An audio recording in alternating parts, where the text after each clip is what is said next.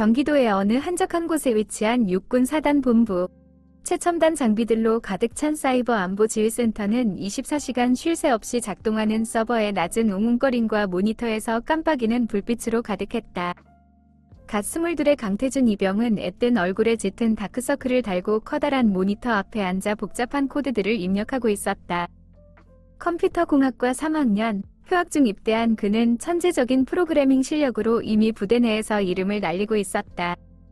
그러나 오늘따라 그의 표정은 긴장감으로 잔뜩 굳어 있었다. 준우야, 나 잠깐 화장실 좀. 태준은 옆자리에 앉아 모니터를 주시하고 있는 최준우 일병에게 말했다. 준우는 태준보다 2살 어린 20살이 신병이었고 태준의 프로그래밍 실력에 대한 존경심과 동시에 약간의 두려움을 가지고 있었다. 예, 태준이 형. 다녀오십시오. 준우는 깍듯하게 격려하며 대답했다. 태준은 자리에서 일어나 잠시 기지개를 켜고는 지휘센터를 나섰다. 그의 머릿속에는 자신이 개발한 새로운 보안 시스템 최적화 코드가 떠나지 않았다. 혹시라도 오류가 발생하면 어쩌나 하는 불안감이 그를 끊임없이 괴롭혔다. 사실 그는 상부의 허가 없이 이 코드를 테스트하려고 했던 것이다. 규정 위반이라는 것을 알면서도 자신의 실력을 시험해보고 싶은 욕심을 떨쳐낼 수 없었다. 화장실에서 돌아온 태준은 조심스럽게 자신의 자리에 앉았다. 준우는 여전히 모니터를 주시하며 경계태세를 유지하고 있었다. 이상 없지? 태준이 물었다. 예, 형. 아무 이상 없습니다. 준우는 씩씩하게 대답했다. 태준은 안도의 한숨을 내쉬며 키보드를 두드리기 시작했다. 그가 입력한 코드는 복잡한 알고리즘을 통해 시스템의 성능을 향상시키는 것이었다. 하지만 몇 분 후 태준의 얼굴이 새파랗게 질렸다. 그가 예상치 못한 오류가 발생한 것이다. 시스템 경고등이 빨간색으로 깜빡이며 요란한 소리를 내기 시작했다. 설상가상으로 시스템 로그에는 외부 침입 시도가 감지되었다는 메시지가 떴다. 준우야, 이게 무슨... 태준은 당황한 목소리로 말했다. 하지만 그의 말이 끝나기도 전에 지휘센터 문이 열리고 윤서연 중위가 들어왔다. 그녀는 날카로운 눈빛으로 태준과 준우를 훑어보았다. 무슨 일입니까? 서연의 목소리는 차갑게 얼어붙어 있었다. 그녀는 뛰어난 실력과 엄격한 기강으로 유명한 사이버 안보 전문가였다. 중위님, 시스템에 오류가 발생했습니다. 그리고 외부 침입 시도가... 태준은 더듬거리며 말했다. 서연은 그의 말을 자르며 차갑게 말했다. 지금 그게 변명이라고 생각합니까? 강태준 이병, 당신이 무슨 짓을 했는지 알고 있습니까? 서연은 태준이 무단으로 시스템 코드를 수정한 것을 이미 알고 있었다. 그녀는 부대 내 모든 시스템 로그를 실시간으로 감시하고 있었던 것이다. 죄송합니다, 중위님. 제가... 태준은 고개를 숙였다. 그는 자신의 경솔한 행동이 부대 전체에 큰 위험을 초래할 수 있다는 것을 깨달았다. 지금 변명할 시간 없습니다. 최준우 일병, 즉시 상황 보고하고 상급부대에 지원 요청하십시오. 예, 중위님. 준우는 떨리는 목소리로 대답하고는 곧바로 통신 장비를 조작하기 시작했다. 서연은 태준에게 다가가 날카로운 눈빛으로 그를 쏘아보았다. 강태준 이병, 당신 때문에 부대 전체가 위험에 빠졌습니다. 지금 당장 오류를 복구하고 침입자를 차단하십시오. 실패하면 그 책임은 당신이 져야 할 것입니다. 서연의 말에 태준은 온몸이 얼어붙는 듯했다. 그는 떨리는 손으로 키보드를 두드리기 시작했다. 머릿속은 온통 복잡한 코드와 시스템 구조로 가득 찼다. 그는 자신의 실수를 만회하고 부대를 구해야만 했다. 시간이 얼마 남지 않았다는 것을 직감적으로 느낄 수 있었다. 태준은 필사적으로 코드를 수정하고 시스템을 재부팅했다. 땀방울이 그의 이마를 타고 흘러내렸다. 준우는 옆에서 초조하게 상황을 지켜보고 있었다. 서연 역시 긴장된 표정으로 태준의 작업을 주시했다. 마침내 시스템 경고등이 꺼지고 정상 작동을 알리는 녹색 불빛이 들어왔다. 태준은 안도의 한숨을 내쉬었다. 하지만 아직 안심할 수 없었다. 침입자는 여전히 시스템 내부에 숨어있을 가능성이 높았다. 침입자 추적 시작합니다. 태준은 침착하게 말했다. 그는 서연에게서 배운 최신 해킹 추적 기술을 이용하여 침입자의 흔적을 쫓기 시작했다. 모니터 화면에는 복잡한 데이터 스트림과 알 수 없는 코드들이 빠르게 스쳐 지나갔다. 태준의 손가락은 키보드 위를 현란하게 움직였다. 그는 마치 컴퓨터와 한 몸이 된 듯 코드를 입력하고 분석해 나갔다. 서연과 준우는 숨죽인 채 그의 작업을 지켜보았다. 지휘센터 안에는 팽팽한 긴장감이 감돌았다. 몇 분 후 태준은 침입자의 IP 주소를 추적하는 데 성공했다. 찾았습니다. 침입자의 위치는? 태준이 말했다. 서연은 곧바로 그 정보를 상급 부대에 보고했다. 침입자는 국내의 한 해킹 조직으로 밝혀졌다. 다행히 그들이 탈취한 정보는 중요한 기밀 사항은 아니었다. 하지만 이번 사건은 부대의 사이버 보안 시스템에 심각한 취약점이 있다는 것을 보여주는 명백한 증거였다. 사건이 종료된 후 박민호 대위가 지휘센터로 들어왔다. 그는 냉철한 눈빛으로 태준을 바라보았다. 강태준 이병, 자네의 행동으로 인해 부대는 큰 위험에 처할 뻔했습니다. 자네의 실력은 인정하지만 군대는 규율과 질서가 생명입니다. 자신의 능력만 믿고 규정을 어기는 행위는 절대 용납될 수 없습니다. 민호의 목소리는 낮고 차분했지만 그 안에는 강한 질책이 담겨 있었다. 죄송합니다, 대위님.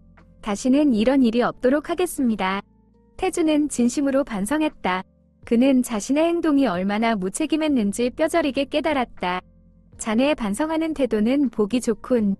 하지만 잘못은 잘못입니다. 징계위원회에 회부될 것이고 그 결과에 따라 처벌을 받게 될 것입니다.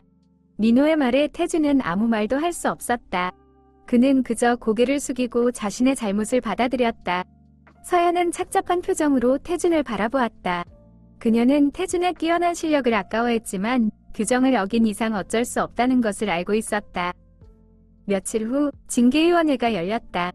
태준은 자신의 잘못을 인정하고 진심으로 사과했다. 징계위원회는 그의 실력과 반성하는 태도를 참작하여 비교적 가벼운 징계 처분을 내렸다. 그는 한 달 동안 영내 구금 처분을 받았고 매일 추가 근무를 해야 했다. 태준은 영내 구금 기간 동안 많은 생각을 했다. 그는 자신의 행동을 후회했고 앞으로는 절대 규정을 어기지 않겠다고 다짐했다. 그는 또한 서연 중위의 가르침을 떠올렸다. 진정한 실력은 규율과 책임감 위에 세워지는 것이다. 그는 이 말을 가슴 깊이 새겼다. 한 달의 영내 구금이 끝나고 태준은 다시 사이버 안보지휘센터로 복귀했다. 동료들은 그를 차가운 시선으로 바라보았다. 그의 실수로 인해 부대 전체가 곤란한 상황에 처했기 때문이었다. 준우는 그런 태준을 걱정스러운 눈빛으로 바라보았지만 감히 다가가 말을 걸지는 못했다. 태준은 묵묵히 자신의 자리에 앉아 업무를 시작했다. 그는 이전보다 더욱 신중하고 조심스럽게 시스템을 관리했다. 그는 자신의 실수를 만회하고 동료들의 신뢰를 되찾기 위해 최선을 다했다. 어느 날 서연이 태준에게 다가왔다. 강태준 이병, 이번 사건에 대한 보고서를 작성했습니다. 자네의 의견을 듣고 싶습니다. 서연은 태준에게 보고서를 건넸다.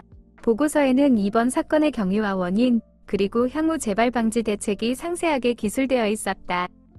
태준은 꼼꼼하게 보고서를 읽어보았다. 그리고 서연에게 자신의 생각을 이야기했다. 중위님, 보고서 내용은 잘 작성되었습니다. 하지만 저는 한 가지 더 추가해야 할 부분이 있다고 생각합니다. 뭔가요? 이번 사건은 제 실수로 발생했지만 동시에 우리 부대의 보안 시스템에 근본적인 문제점이 있다는 것을 보여주는 사례이기도 합니다. 저는 이번 기회에 시스템 전체를 재검토하고 보완해야 한다고 생각합니다. 태준의 말에 서연은 생각에 잠겼다. 그의 말은 옳았다. 이번 사건은 단순한 개인의 실수를 넘어 부대 전체의 보안 시스템을 재정비해야 할 필요성을 보여주는 중요한 계기였다. 좋습니다. 자네의 의견을 반영하여 보고서를 수정하고 상부에 건의하겠습니다. 그리고 자네에게 이번 시스템 개선 작업을 맡기겠습니다. 서연의 말에 태준은 놀란 눈으로 그녀를 바라보았다. 저에게 말입니까? 그렇습니다. 자네의 실력이라면 충분히 해낼 수 있을 거라고 믿습니다. 그리고 이번 기회에 자네의 실수를 만회하고 동료들의 신뢰를 되찾으십시오. 서연의 말에 태준은 가슴이 벅차올랐다. 그는 그녀의 믿음에 보답하기 위해 최선을 다해야겠다고 다짐했다. 태준은 곧바로 시스템 개선 작업에 착수했다. 그는 밤낮으로 연구하고 분석하며 시스템의 취약점을 찾아내고 보완해 나갔다. 서연은 그런 태준의 옆에서 물심양면으로 지원했다.